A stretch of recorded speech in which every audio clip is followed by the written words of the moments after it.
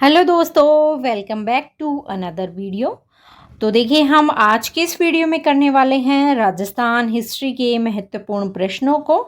ये प्रश्न सभी एग्ज़ाम की दृष्टि से महत्वपूर्ण है। अगर आप फर्स्ट ग्रेड की तैयारी कर रहे हैं या फिर सेकंड ग्रेड की तैयारी कर रहे हैं तो ये वीडियो आपके लिए बहुत महत्वपूर्ण होने वाला है।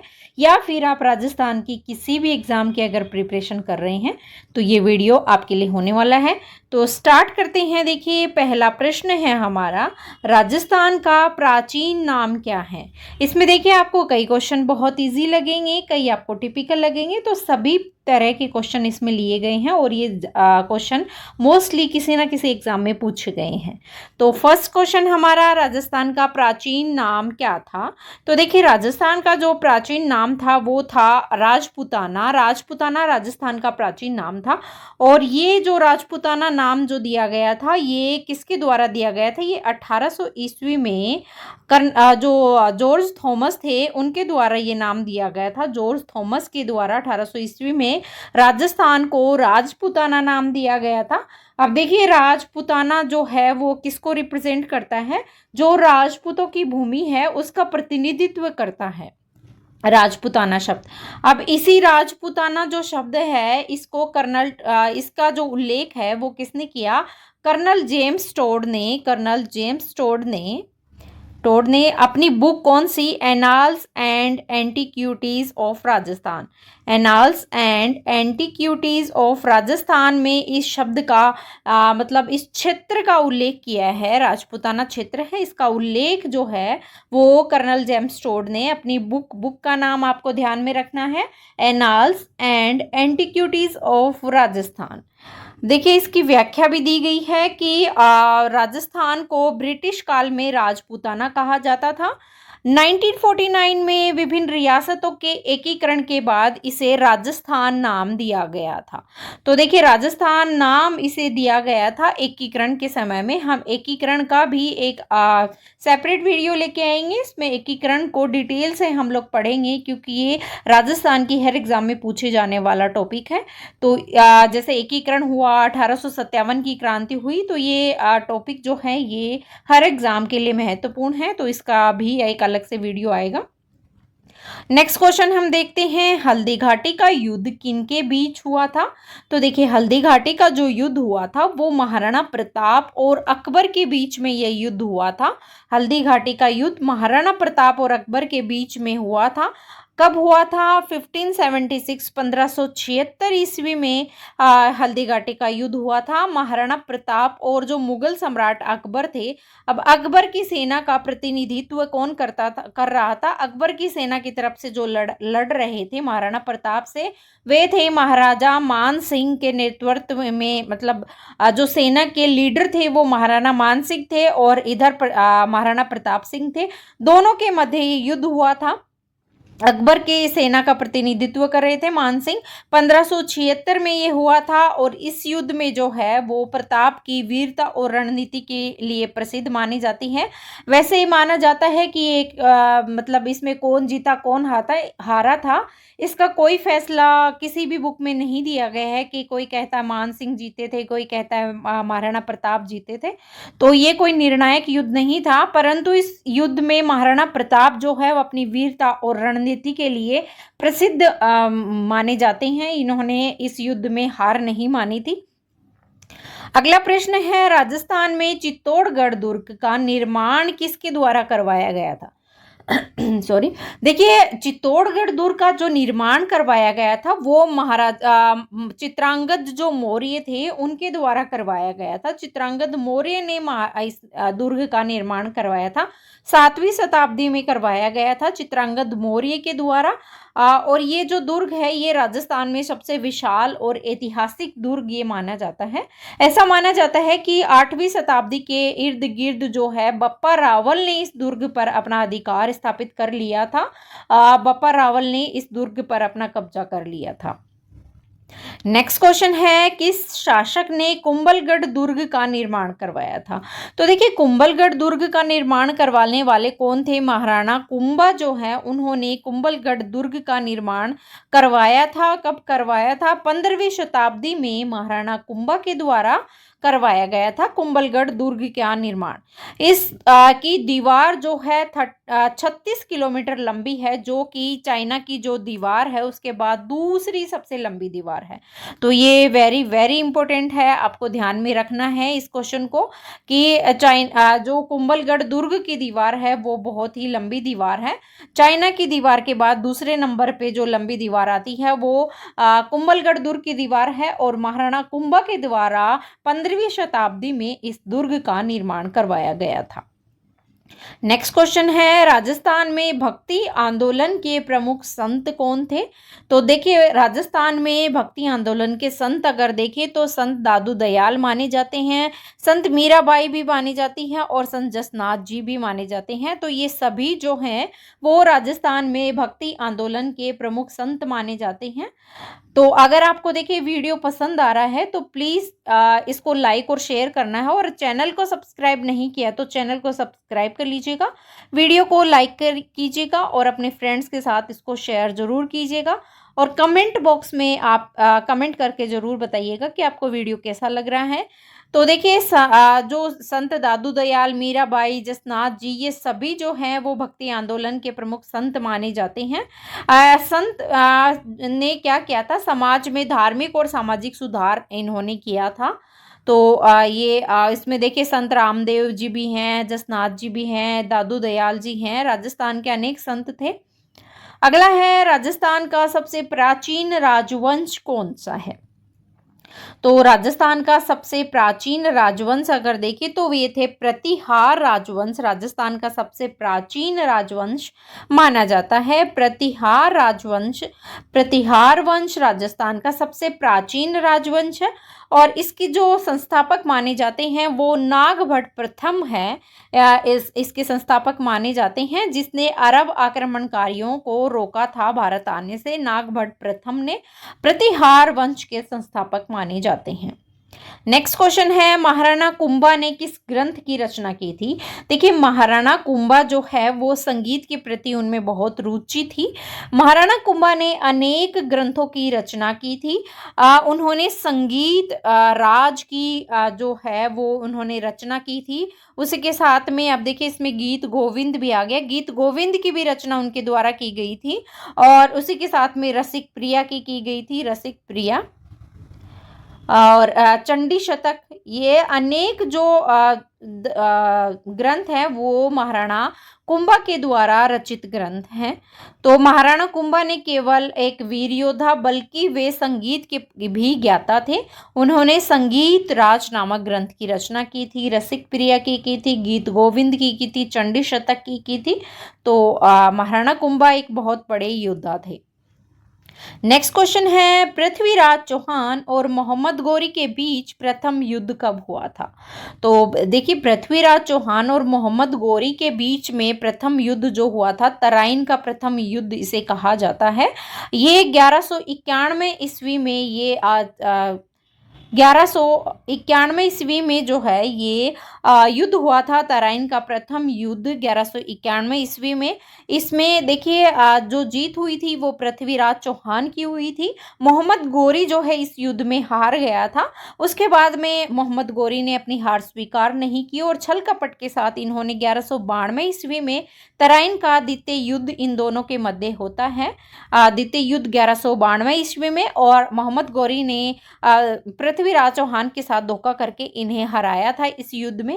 तो प्रथम युद्ध में, तराइन के प्रथम युद्ध में अगर पूछे तो किसकी जीत हुई थी, तो पृथ्वीराज चौहान की जीत हुई थी, और द्वितीय तराइन के युद्ध में मोहम्मद गोरी की जीत हुई थी। तो ये आपको याद रखना है। यही यहाँ दिया गया है कि 1191 में तराइन का प्रथम युद्ध हुआ था, और इसमें मोहम्मद गोरी और पृथ्वीराज चौहान के बीच हुआ था, और पृथ्वीराज चौहान की इसमें विजय हुई थी। नेक्स्ट क्वेश्चन है, राजस्थान के किस दुर्ग को राजस्थान का जिब्राल्टर कहा जाता है? तो देखिए, राजस्थान का जिब्राल्टर जो कहलाता है वो कुंभलगढ़ दुर्ग को राजस्थान का जिब्राल्टर कह के जाना जाता है। राजस्थान दुर्ग कुंभलगढ़ दुर्ग की दीवार, मजबूत दीवार और दुर्गम स्थिति के कारण इसे राजस्थान का जिब्राल्टर कहा जाता है। अभी हमने ऊपर क्वेश्चन में देखा था कि कुंभलगढ़ दुर्ग की जो दीवार है वो चाइना की दीवार के बाद दूसरे नंबर पे सबसे लंबी दीवार है। अगला प्रश्न है हमारा, राजस्थान में सबसे पहला स्वतंत्रता संग्राम 1857 का जो स्वतंत्रता संग्राम हुआ था वो कहाँ से शुरू हुआ था? तो देखिए, जो स्वतंत्रता संग्राम 1857 का राजस्थान में स्टार्ट हुआ था वो नसीराबाद जो छावनी थी, नसीराबाद छावनी से ये स्टार्ट हुआ था। 31 मई 1857 को ये स्टार्ट हुआ था। तो देखिए सबसे पहले और सबसे अगर भीषण पूछे तो कोटा का सबसे भीषण विद्रोह था 1857 का। राजस्थान में 1857 के स्वतंत्रता संग्राम सबसे पहले नसीराबाद से शुरू हुआ, जहां भारतीय सैनिकों ने ब्रिटिश अधिकारियों के खिलाफ इसमें विद्रोह किया था। अब देखिए 1857 की क्रांति का भी एक सेपरेट वीडियो मैं आपके लिए लेकर आऊंगी, जिसमें आपको डिटेल से पढ़ाया जाएगा 1857 की क्रांति। आप कमेंट बॉक्स में बताइएगा कि आपको चाहिए कि नहीं, क्योंकि अगर आप वीडियो को अच्छे से देखेंगे नहीं तो देखिए, एक वीडियो बनाने के पीछे बहुत मेहनत लगती है। अगर आप उस को नहीं प्यार देंगे वीडियो को तो फिर मेहनत का कोई फ़ायदा नहीं निकलता है ना। तो प्लीज़ आप वीडियो को पूरा देखा कीजिएगा। तो अगला प्रश्न है, बीकानेर राज्य की स्थापना किसके द्वारा की गई थी? तो बीकानेर राज्य की स्थापना जो की गई थी राव बीका के द्वारा की गई थी। राव बीका ने बीकानेर राज्य की स्थापना की थी। राव बीका कौन थे? तो राव बीका जो जोधपुर के शासक, जोधपुर के संस्थापक राव जोधा थे, उनके पुत्र थे राव बीका, और इन्होंने 1488 ईस्वी में बीकानेर राज्य की स्थापना की थी। तो ये आपको ध्यान में रखना है। नेक्स्ट है कि सुल्तान ने मेवाड़ पर 1303 में चित्तौड़गढ़ पर आक्रमण किया था। मेवाड़ के चित्तौड़गढ़ पर आक्रमण 1303 ईस्वी में किसके द्वारा किया गया था? तो अलाउद्दीन खिलजी ने जो है 1303 ईस्वी में चित्तौड़गढ़ पर आक्रमण किया था 1303 ईस्वी में। और इस युद्ध के दौरान रानी पद्मिनी और अन्य राजपूत महिलाओं के द्वारा जौहर किया गया था, जो कि राजस्थान का प्रथम जौहर अगर देखें तो यही माना जाता है। तो आपको ध्यान में रखना है 1303 ईस्वी में। नेक्स्ट क्वेश्चन है, राजस्थान के किस शासक को हिंदुआ सूरज कहा जाता है? तो हिंदुआ सूरज के नाम से महाराणा कुंभा को हिंदुआ सूरज के नाम से जाना जाता है। महाराणा कुंभा के बहुत ही और भी नाम है। राणा कुंभा को उनके वीरता और हिंदू धर्म की रक्षा के लिए हिंदुआ सूरज के नाम से इन्हें जाना जाता है। नेक्स्ट क्वेश्चन है, 1857 की क्रांति में कौन से राजपूत शासक ने अंग्रेजों का साथ दिया था? तो ये भी बहुत ही एग्जाम में पूछा जाने वाला क्वेश्चन है, काफी बार रिपीट होता है। तो देखिए, राजपूत शासक जिन्होंने अंग्रेजों का साथ दिया था 1857 की क्रांति में, वे कौन थे? जयपुर के महाराजा राम सिंह, जिन्होंने अंग्रेजों का साथ दिया था। वहीं उदयपुर के महाराणा स्वरूप सिंह ने अंग्रेजों का साथ दिया था, और एक बीकानेर के महाराजा ने साथ दिया था अंग्रेजों का 1857 की क्रांति के दौरान, जिसमें राजस्थान में प्रभावी नहीं हो सकी थी 1857 की क्रांति। नेक्स्ट क्वेश्चन है, राजस्थान में कुल कितने दुर्ग यूनेस्को की विश्व धरोहर सूची में शामिल हैं? तो राजस्थान के टोटल 6 दुर्ग हैं जो कि यूनेस्को विश्व धरोहर सूची में शामिल हैं। वे कौन कौन से दुर्ग हैं? देखिए, चित्तौड़गढ़ दुर्ग है, कुंभलगढ़ है, रणथंभौर है, जैसलमेर है, गागरोन है, और आमेर का जो किला है वो यूनेस्को की विश्व धरोहर सूची में शामिल है। नेक्स्ट क्वेश्चन है, राजस्थान में मीराबाई का जन्म कहाँ हुआ था? तो देखिए, मीराबाई का जो जन्म हुआ था वो मेड़ता में मीराबाई का जन्म माना जाता है। मेड़ता में मीराबाई का जन्म हुआ था। मीराबाई एक संत थी। मीराबाई का जन्म कब हुआ था? 1498 ईस्वी में राजस्थान के नागौर जिले के मेड़ता में हुआ था, और ये भगवान कृष्ण की परम भक्त थी, और अंतिम समय में वे कृष्ण की मूर्ति में ही समा गई थी, उसी में लीन हो गई थी। तो मीराबाई जो है वो बहुत ही मतलब क्या कहें, कृष्ण भक्त इतनी थी कि इन्होंने सब कुछ त्याग दिया था और कृष्ण की भक्ति करने लग गई थी। मीराबाई जैसा महान तो कोई भी नहीं हो सकता। 1498 में इनका जन्म हुआ था नागौर के मेड़ता में। अगला है, प्रथम स्वतंत्रता संग्राम 1857 में नाना साहब का सहयोग किसके द्वारा किया गया था? तो देखिए, नाना साहब का सहयोग जो है वो तात्या टोपे के द्वारा किया गया था ज़्यादा तो, परंतु कुंवर सिंह और आजिमुल्ला खान तीनों के द्वारा ही नाना साहब का सहयोग जो है किया गया था। तो उपरोक्त सभी इसका सही उत्तर हो जाएगा। 1857 की क्रांति में इन सभी ने नाना साहब का सहयोग किया था। नेक्स्ट है, राजस्थान की राजधानी जयपुर की स्थापना किसके द्वारा की गई थी? तो देखिए, जयपुर की स्थापना जो है वो की गई थी महाराजा जयसिंह द्वितीय के द्वारा। जयपुर की स्थापना की गई थी जयसिंह द्वितीय के द्वारा 1727 ईस्वी में की गई थी, और इसे क्या कहते हैं? गुलाबी नगरी के नाम से इसे जाना जाता है। अगला प्रश्न है, राजस्थान के किस क्षेत्र में भील जनजाति पाई जाती है?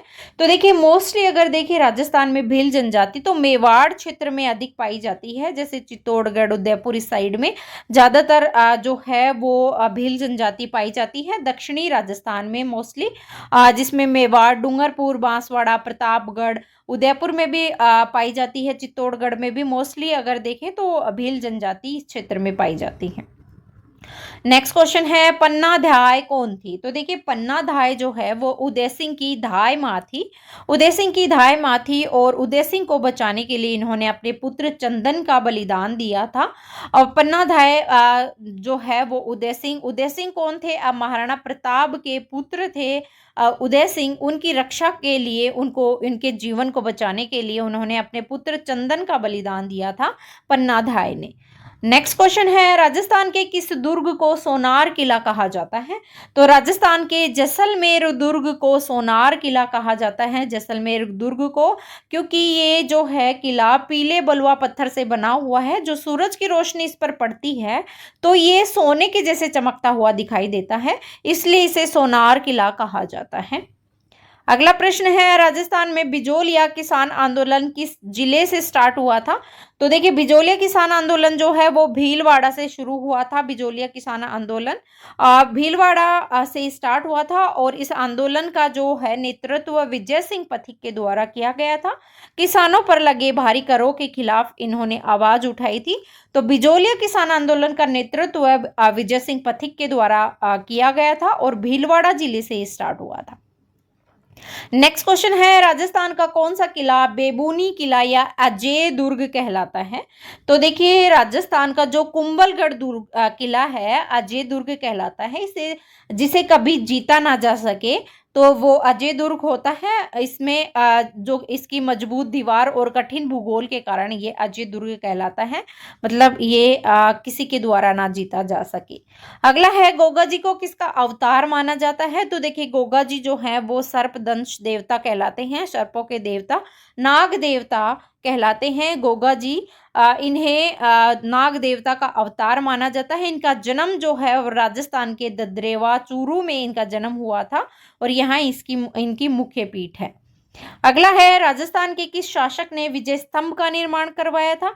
तो विजय स्तंभ का निर्माण करवाने वाले कौन थे? महाराणा कुंभा जो है वो विजय स्तंभ का निर्माण इनके द्वारा करवाया गया था। महाराणा कुंभा ने मालवा के सुल्तान महमूद खिलजी पर विजय प्राप्त करने के उपलक्ष्य में चित्तौड़गढ़ में विजय स्तंभ का निर्माण करवाया था। तो किसकी विजय के उपलक्ष्य में? महाराणा कुंभा ने मालवा विजय के उपलक्ष्य में, जिसमें महमूद खिलजी को इन्होंने हराया था, तब उसके उपलक्ष्य में चित्तौड़गढ़ में विजय स्तंभ का निर्माण महाराणा कुंभा के द्वारा करवाया गया था। अगला है, राजस्थान में पृथ्वीराज चौहान की राजधानी कौन सी थी? तो देखिए, पृथ्वीराज चौहान की राजधानी राजस्थान में अजमेर जो है वो पृथ्वीराज चौहान ने अपनी राजधानी बनाई थी। व्याख्या अगर इसकी देखें तो ये इन्होंने दिल्ली पर भी शासन किया था पृथ्वीराज चौहान ने। अगला प्रश्न है, राजस्थान के किस स्थान पर रणकपुर जैन मंदिर स्थित है? तो रणकपुर के जैन मंदिर जो है वो पाली में स्थित है। रणकपुर जैन मंदिर बहुत ही सुंदर बने हुए मंदिर हैं, पाली जिले में स्थित है। सफेद संगमरमर से बने हुए भव्य मंदिर हैं, ये बहुत ही सुंदर हैं। कभी मौका मिले तो आप जाकर जरूर देखिएगा। अगला है, राजस्थान में छप्पन भूमि किसे कहा जाता है? तो छप्पन भूमि अगर देखें तो मेवाड़ का क्षेत्र जो है वो छप्पन भूमि के नाम से जाना जाता है, छप्पन भूमि कहलाता है, क्योंकि इसमें 56 परगने शामिल हैं, इसलिए इसे छप्पन भूमि कहा जाता है। अगला प्रश्न है, राजस्थान में गहलोत वंश का संस्थापक कौन था? तो राजस्थान में गहलोत वंश के संस्थापक अगर देखें तो बप्पा रावल जो है गहलोत वंश के संस्थापक माने जाते हैं। बप्पा रावल गहलोत वंश के संस्थापक के रूप में माने जाते हैं। नेक्स्ट क्वेश्चन है, राजस्थान में कौन सा युद्ध 1527 में हुआ था? तो देखिए 1527 में खानवा का युद्ध हुआ था। 1527 में किस किस के बीच हुआ था? तो ये हुआ था खानवा का युद्ध राणा सांगा और बाबर के बीच में ये युद्ध हुआ था और इसमें जो है बाबर की विजय हुई थी। खानवा के युद्ध में राणा सांगा को हार प्राप्त हुई थी। 1527 में हुआ था राणा सांगा और बाबर के मध्य। तो ये थे हमारे आज के महत्वपूर्ण राजस्थान इतिहास के प्रश्न। आप वीडियो देखने के लिए आपका बहुत बहुत धन्यवाद। अगर अभी तक आपने चैनल को सब्सक्राइब नहीं किया तो चैनल को सब्सक्राइब कर लीजिएगा, वीडियो को लाइक कीजिए और अपने फ्रेंड्स के साथ इसे शेयर जरूर कीजिएगा। तो ऐसे ही कुछ महत्वपूर्ण प्रश्नों के साथ, अच्छे वीडियो के साथ फिर हम मिलते हैं नेक्स्ट वीडियो में। जय हिंद, जय भारत।